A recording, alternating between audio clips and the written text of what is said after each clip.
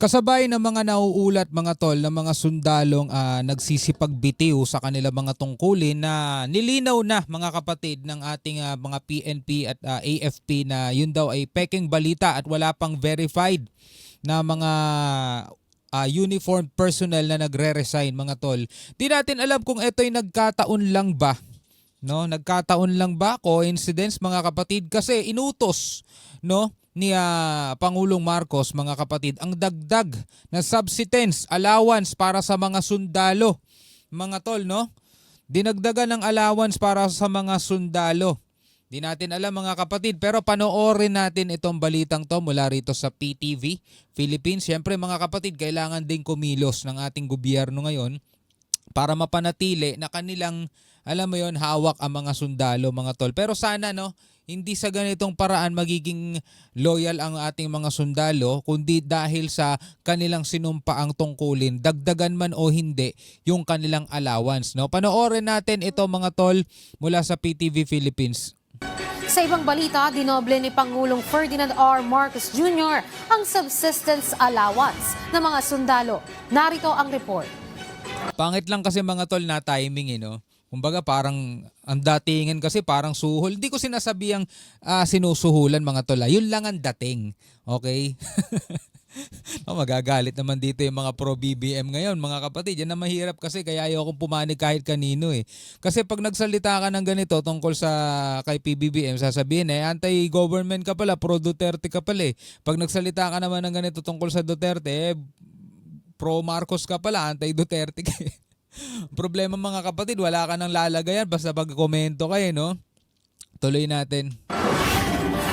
Bilang pagkilala sa sandatahang lakas ng Pilipinas na nagtataguyod ng kapayapaan sa bansa, inaprubahan na ni Pangulong Ferdinand R. Marcos Jr. ang Executive Order No. 84 na nag-aapruba ng pagtaas ng subsistence allowance ng lahat ng opisyal at enlisted personnel ng AFP. Well, deserve naman to ng ating mga kasundaluhan mga tol. Deserve. 'Di ba? Pero nagkataon lang ba to? Kung hindi ba mangyayari yung nangyari ngayon, hindi ba sila madadagdagan ng allowance? Hindi ko alam ang kasagutan dyan mga tol. Pero nagko-komento lang naman tayo. Ikaw pwede ka rin magbigay ng komento sa ibaba. Ibig sabihin, mula sa dating 150 pesos na daily allowance ng mga sundalo para sa pagkain at iba pang gastusin, tumaas na ito sa 350 pesos. Grabe naman, 150 pesos? Daily allowance? 150 pesos mga tol? Ngayon 350 na. Oh. 350 na. Katumbas yan ng 133% na pagtaas. Suma total, nasa 10,500 na ang matatanggap ng isang sundalo kada buwan. Sakop ng increase na ito ang mga trainee at probationary second lieutenants at ensign na kasalukuyang sumasailalim sa training. Gayon din ang citizen military training cadets at reservists. Kaya hindi mo masasabi talaga mga tol no? Napakahirap nitong trabahong to.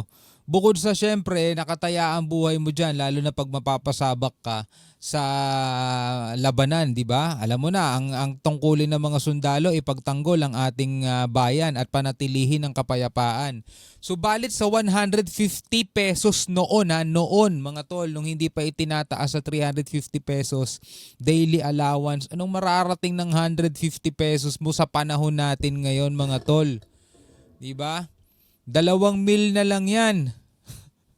No? Etong mga itong mga sundalo, ano naman 'to fit, ano naman yan, maganda naman ng mga pangangatawan yan Pero buti na lang itinaas, no? Itinaas.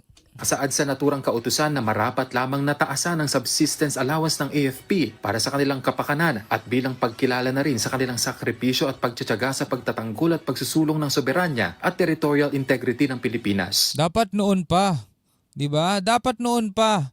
Nararapat lang talaga. Dapat kulang pa ngayon 350 pesos Dapat mas mataas pa Yung mga ganitong klaseng trabaho mga tol, sila yung dapat binibigyan ng mas magandang mas magandang income para sa kanilang mga pamilya. Biruin mo, ilang buwan na hindi nila makakasama mga pamilya nila mga tol, hindi nila makikita. Diba? Dapat mas maganda yung naibibigay nila sa pamilya nila kapalit ng serbisyo nila sa bayan. Mga bayani itong mga to Batay pa sa EO, hindi na kasi sapat ang kasalukuyang halaga ng subsistence allowance para sa isang aktibong sundalo. 2015 pa nang huling ma-adjust ang allowance na ito ng AFP. 2015 pa. 150 pesos. Gutin naman ang pondo rito mula sa appropriations para sa AFP sa ilalim ng 2025 General Appropriations Act at iba pang matutukoy na sources ng Department of Budget and Management. At para mas maitaguyod pa ang kapayapaan, pinangunahan naman ng Pangulo ang oath-taking ng Local Amnesty Board Eastern Visayas kung saan binigyang diin niya ang suporta ng pamahalaan sa pagtataguyod ng peace process. You have been asking me to form this board for quite a while. That's finally happened, and I know that you are waiting to work very well and very hard to make sure that this peace process that we have embarked upon will continue. And now we are no longer just talking about it at a very high level. We are now actually making it work on the ground. Ipinunto pa ng Pangulo na dapat magkaisa para tugunan ang magkakaibang ideolohiya at paniniwala para mas maisulong ang kapayapaan. Malaking bagay din anya ang Amnesty Board para mahikayat ang mga rebeldeng grupo na magbalik loob sa pamahalaan. The prospect now that we have the Amnesty Board here, then there is now a mechanism that is in place for us to bring back into the fold of the law, into society, those who have opposed the state for a while, for a good long while, and to the point of adopting the principles of armed struggle. Kenneth, pasyente. Alam niyo mga tol, no? Nakakalungkot isipin, ngayon lang natin nalaman to, 150 pesos lang pala daily allowance ng isang sundalo, no? At makikita mo hindi nila deserve yung ganung kaliit na halaga. At buti naman, no, naitaas na to. Hindi natin alam kung nagkataon lang sa panahon ngayon, lalong-lalo na mga kapatid, na ang mga sundalo ngayon ay nalalagay sa hot seat, no, dahil maraming nagsasabi na may mga bumabaliktad na daw. Well, alam naman natin na karamihan sa mga nagsasabing ganun puro fake news lang yun mga tol. Pero hindi ba parang ang lumalabas ito'y basta ayoko na lang mag-isip ng ganun mga tol, di ba? Nagkataon ngayon, kailangan manatili ang loyalty ng mga sundalo. Hindi naman kasi nabibili yan mga tol eh. Ang mga totoong soldiers hindi nabibili yan. Dagdagan mo man ang kanilang daily allowance o subsistence nila, dagdagan mo man o hindi, mananatiling loyal yan, mananatiling tapat. No? Mananatiling tapat yan sa ating bansang Pilipinas mga kapatid. Ngayon, eto ibang balita mga kapatid, no? Pumayag si Russian President Putin, no, sa planong ceasefire ng US. Napapayag ni Trump mga kapatid. Ito si Putin na tigil putukan muna laban sa Ukraine. Ito panoorin natin mga kapatid mula rito sa Net25, News Information. Okay mga kapatid? So panoorin natin to. Sinang-ayunan ni Russian President Vladimir Putin ang mga proposal ng Estados Unidos para sa isang ceasefire sa Ukraine. Maganda yan, no? Maganda yan mga tol. Trump ang nakapagpahinto pansamantala. 30 days ceasefire to eh. Tigil putukan muna. Pero binigyan diin ni Putin na dapat ding ayusin ang mga dahilan kung bakit nagkaroon ng alitan at nararapat din anyang ayusin ang maraming critical na issue upang magkaroon ng pangmatagalang kapayapaan. Wala kayo sumalakay bigla eh. Мы согласны с предложениями прекратить боевые действия. Но исходим из того, что это прекращение должно быть таким, которое привело бы к долгосрочному миру и устранило бы первоначальные причины этого кризиса.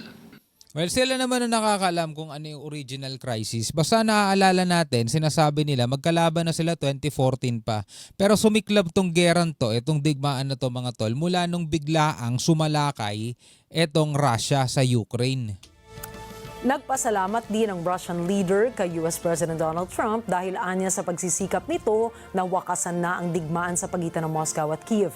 Ngayon, si Trump ang nakagawa nito mga tol kasi sa kay Biden talagang alam mo yan tuloy-tuloy yan eh. Ngunit paano raw magkakaroon ng garantiya na hindi na mangyayari uli ang digmaan at paano magiging organisado ang planong ceasefire? Ito anya ay mga seryosong tanong na dapat talakayin kasama ang Estados Unidos ayon kay Putin.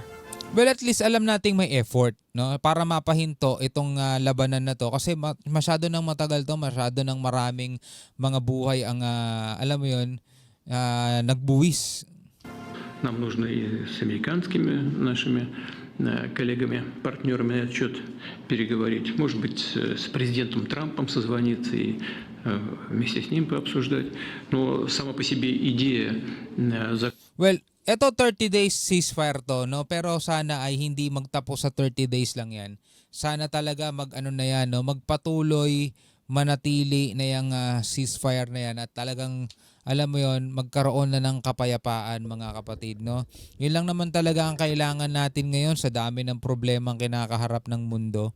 Kailangan talaga magkaroon ng kapayapaan. Well, bilang Pilipino, ano masasabi mo sa mga balitang to na ating napanood at binigyan natin ng reaction video? Comment ka na lamang sa ibaba.